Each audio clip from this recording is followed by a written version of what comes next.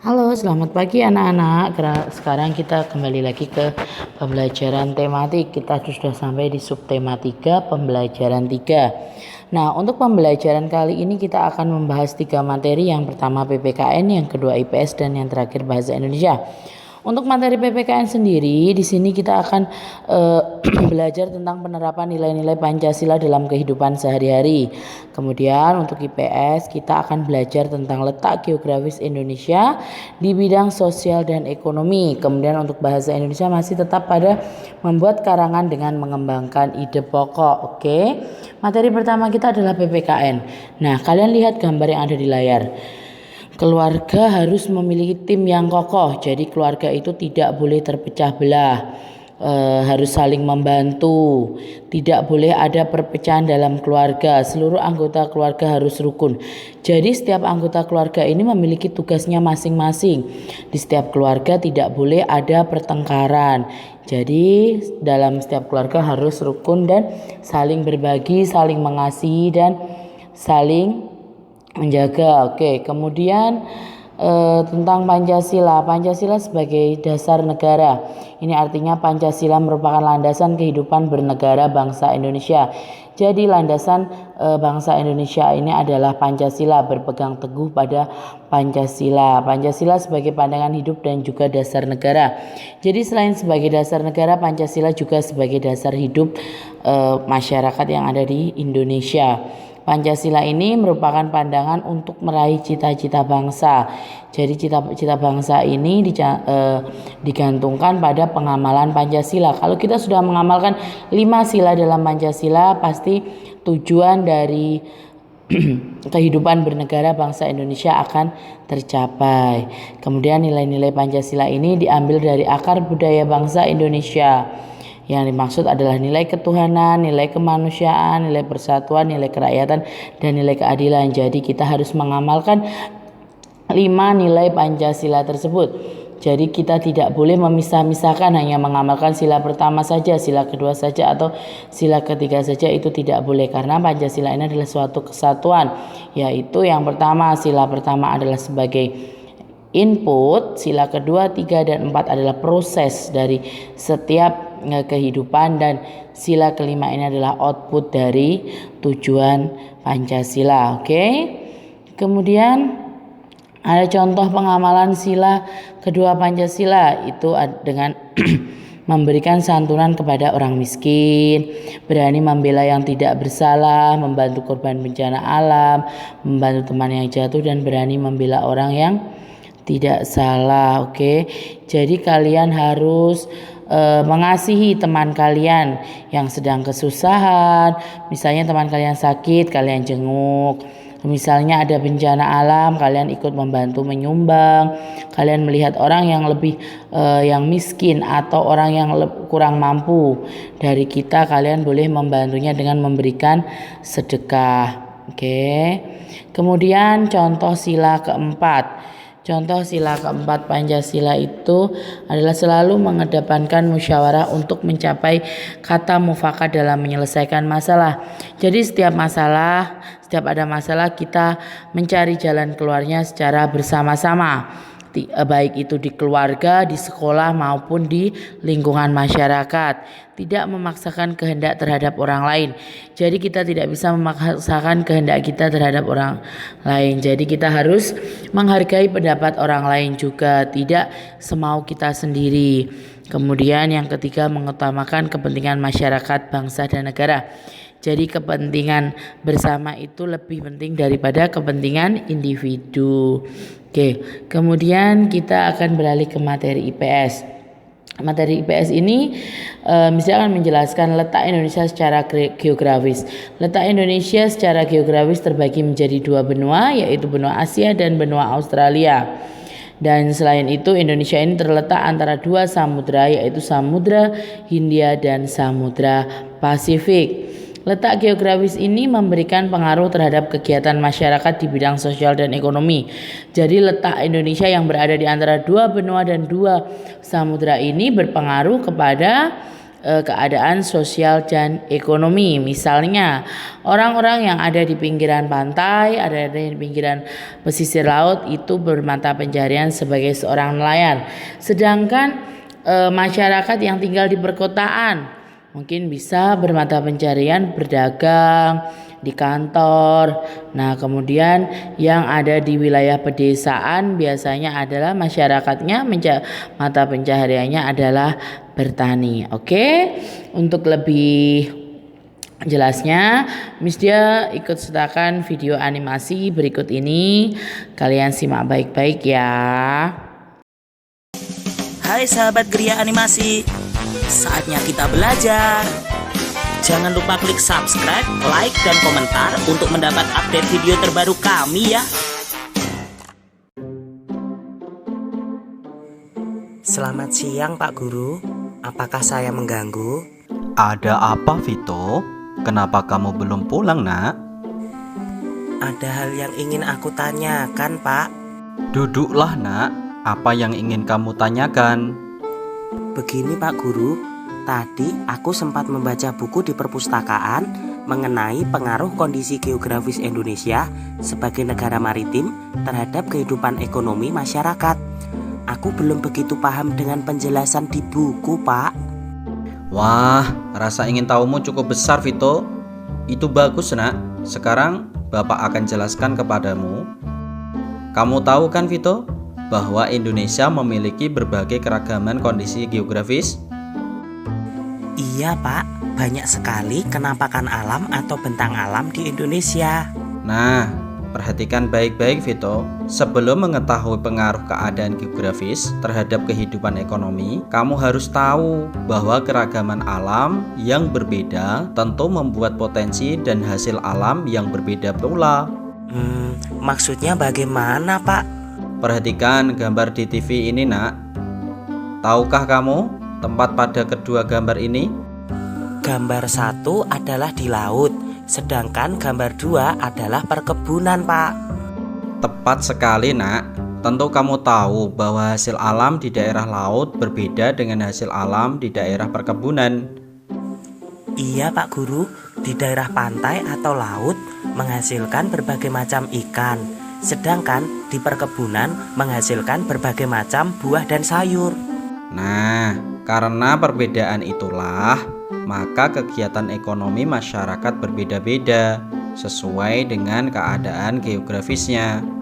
Kegiatan ekonomi, apa itu Pak? Kegiatan ekonomi adalah kegiatan yang dilakukan manusia untuk memenuhi kebutuhan hidupnya, atau dalam bahasa yang mudah bisa dikatakan kegiatan ekonomi adalah jenis pekerjaan. Aha, aku mulai paham Pak.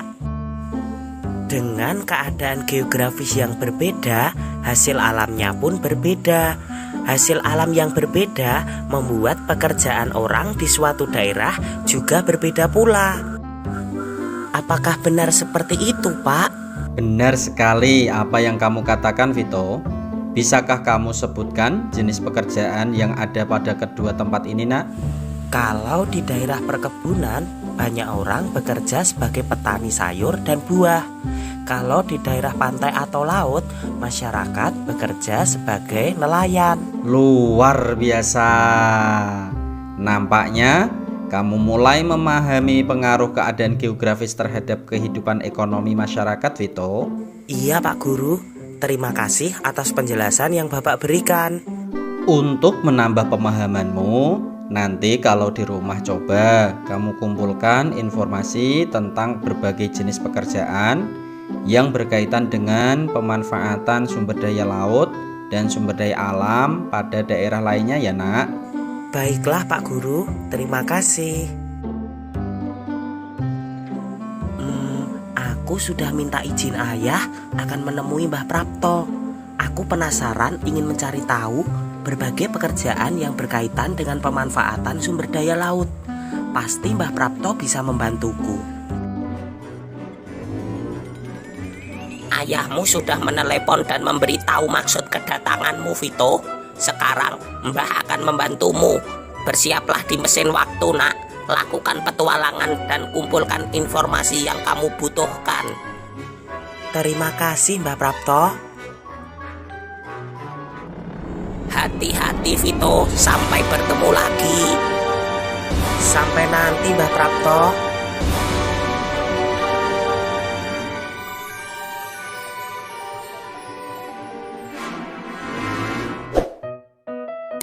Hai teman-teman, tahukah kalian sekarang saya berada di mana?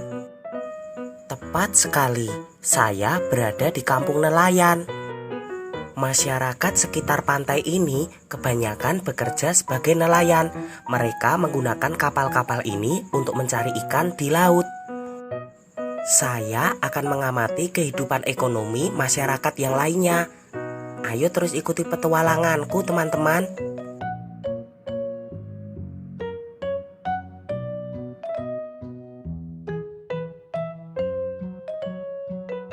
Wah, ternyata di sekitar pantai wisata banyak masyarakat yang bekerja sebagai penjual cenderamata yang berhubungan dengan pantai teman-teman. Lihatlah berbagai produk yang dijual ini, sangat menarik ya teman-teman. Sekarang ayo kita lanjutkan petualangan kita.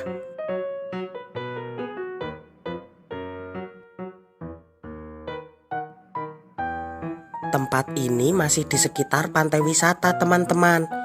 Masyarakat di sini banyak yang bekerja dengan menyewakan perahu dan alat permainan air. Selain itu, ada juga yang bekerja sebagai pemandu wisata, penjual makanan, dan jasa penginapan teman-teman. Kita lanjut ya teman-teman.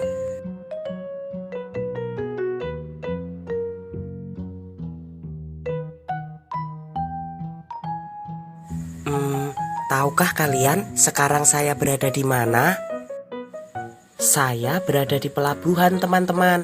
Banyak jenis pekerjaan dan sektor usaha yang dilakukan di sekitar pelabuhan ini. Misalnya jasa pengiriman barang peti kemas, operator mesin di pelabuhan, penjaga tiket, dan lain-lain. Bagaimana teman-teman? Semakin menarik bukan? Ayo kita lanjutkan petualangan kita.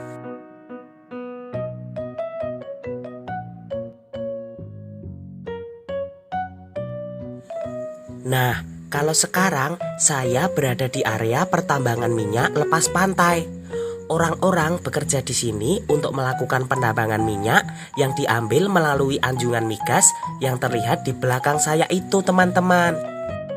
Wah, ternyata banyak sekali pekerjaan yang berkaitan dengan pemanfaatan sumber daya laut ya, teman-teman. Sekarang saatnya saya kembali. Hari ini merupakan hari yang berkesan bagiku.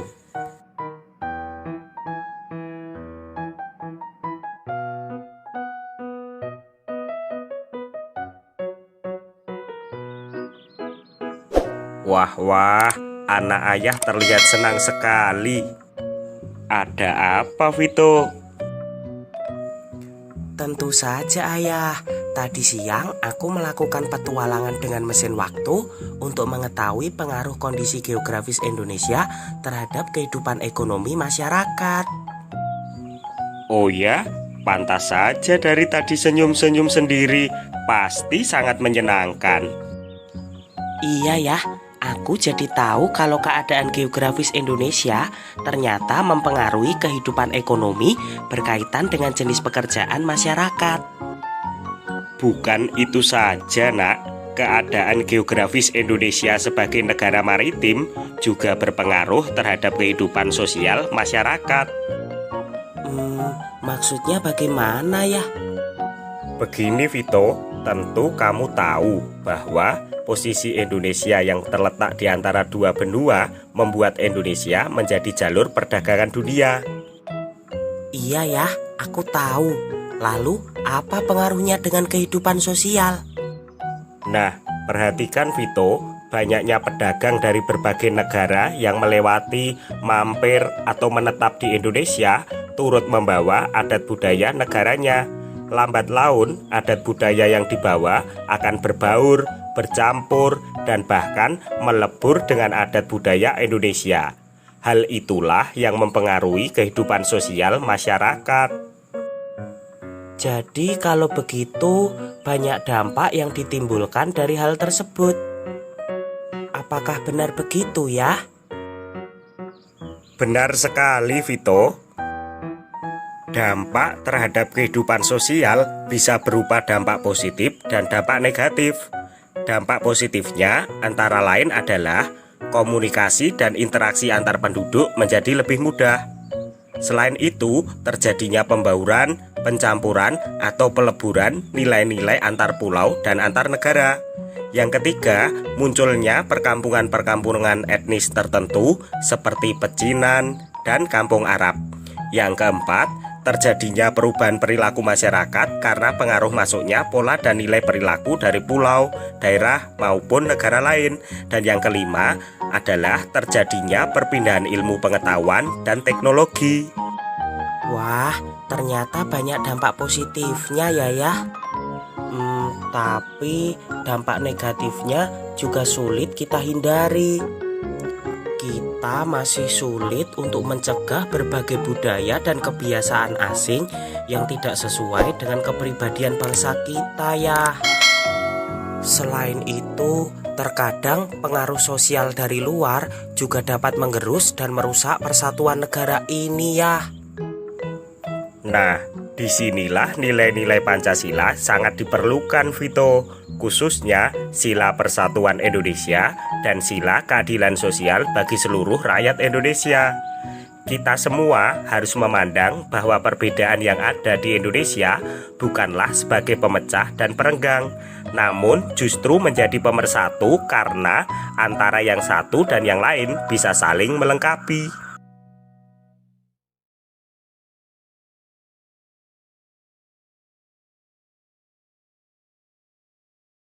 Materi kita pada pembelajaran 3 ini sudah selesai.